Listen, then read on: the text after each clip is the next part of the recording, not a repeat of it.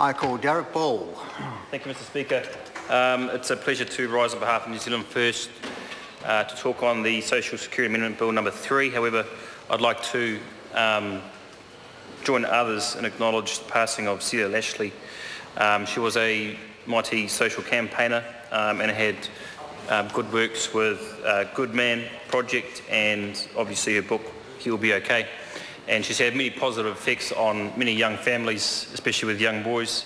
And I know personally, as a father of a 12-year-old who will shortly be going through the wonderful period of teenage years, it will certainly help me out as well. Firstly, Mr Speaker, I'd just like to say and acknowledge what Sue Moroney also said, the fact that this has been a while in the making, coming to second reading. In 2011, this was first read, and in fact, not only was I not in Parliament, but the party wasn't in Parliament. New Zealand First wasn't in Parliament at that stage. So it's given me a good opportunity to have put some fresh eyes on the bill and have a look at it. And there are many questions that have come out of that, and some concerns, and partly some confusion. And contrary to popular belief, I don't easily get confused. So the first thing I did, sir, was to look at the bill and the intent of the bill in its entirety. And obviously it's to tighten up a few loopholes and in two areas, one of them being the ACC payments and how they're received, and also for the loophole for students seeking assistance for accommodation costs.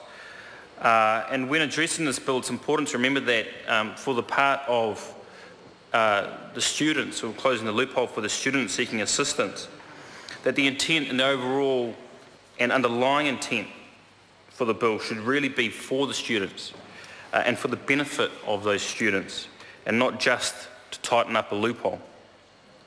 But that, it unfortunately seems, Mr Speaker, is what is trying to be achieved here by lumping those two very different, separate, juxtaposed issues together under one umbrella. And on the face of things, obviously it's always good to increase efficiency and equitability within legislation, and that's what this bill is attempting to do here, and that's what the public will likely see this bill as being. But it seems that by putting these two very separate issues of ACC and student accommodation issues together, it is somewhat designed to lessen the need to look further and in much more detail that is needed in the fallout and unintended consequences from such a tightening of those loopholes and the issues which are highlighted in the process, to the point where, if you have a look at the bill, we believe that the bill should really have been submitted in two separate submissions. In fact, the two distinct separate issues are not even in two different parts within the bill itself.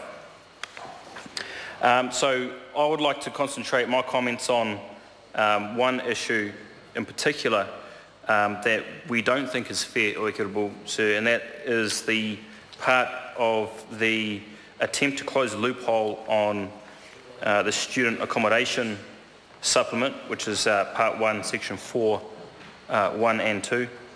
And it sums it up in the explanatory note about what it is,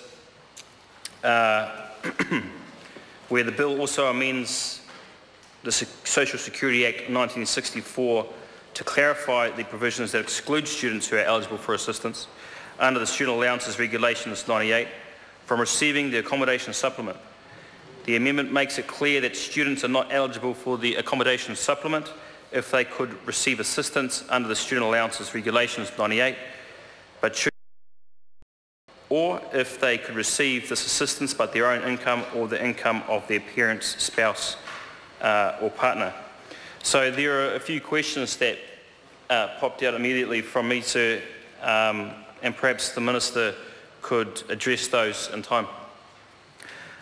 So the first is, why has it taken since 2011 for this bill to get through the second reading? Why is this currently a problem for students? If the students are using this loophole, why are students in need of more assistance? Why is there such a difference between the two amounts of how much a student would receive in the student allowance and how much they would receive in the accommodation supplement? And if this change does go through, how will this benefit, help, support and enable our current students looking for assistance? And the fact is it doesn't and it won't.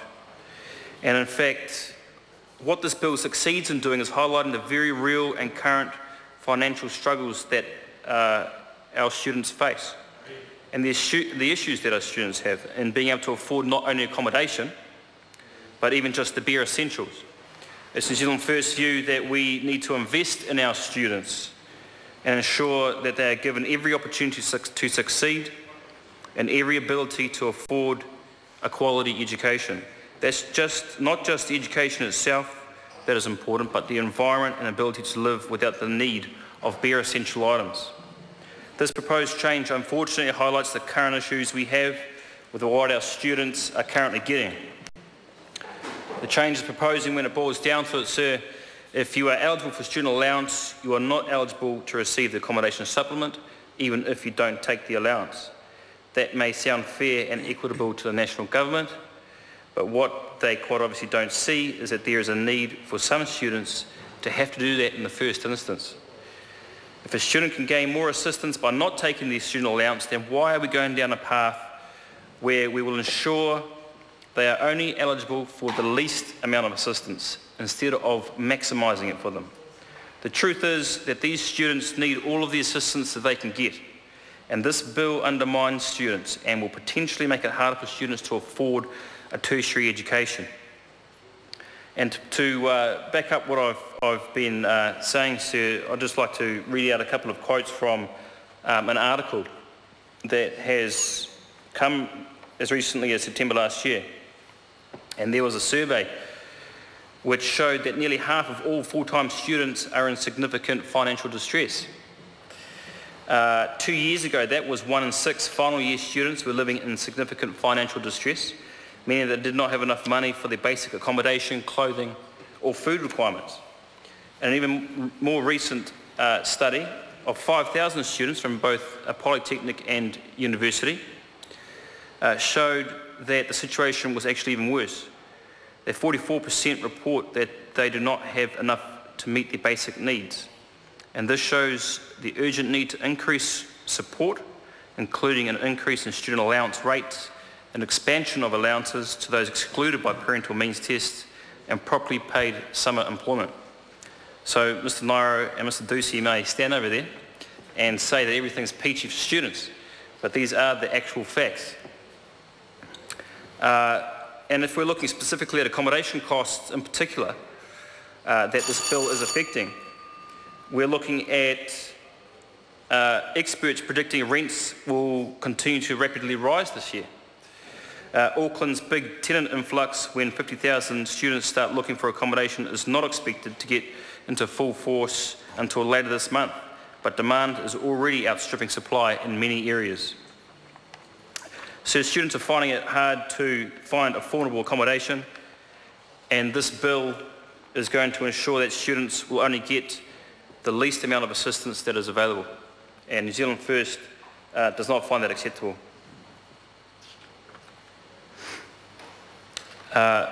One of the words that the Minister used was equitability. And we need to stop looking at the equitability process, stopping at the bounds of being a student, and instead look realistically at the costs that our students incur and how that compares with every other low or middle income person and how our government addresses that issue. Instead of looking immediately at the options which stop the students receiving the highest amount of assistance, we need to look at the reasons why the students are needing this in the first instance. Sir, this bill should show support to our students by fixing the loophole in their favour, not against them. And this is why New Zealand First does not support this bill. Mr Speaker. I call Todd Muller. Thank you, Mr Speaker.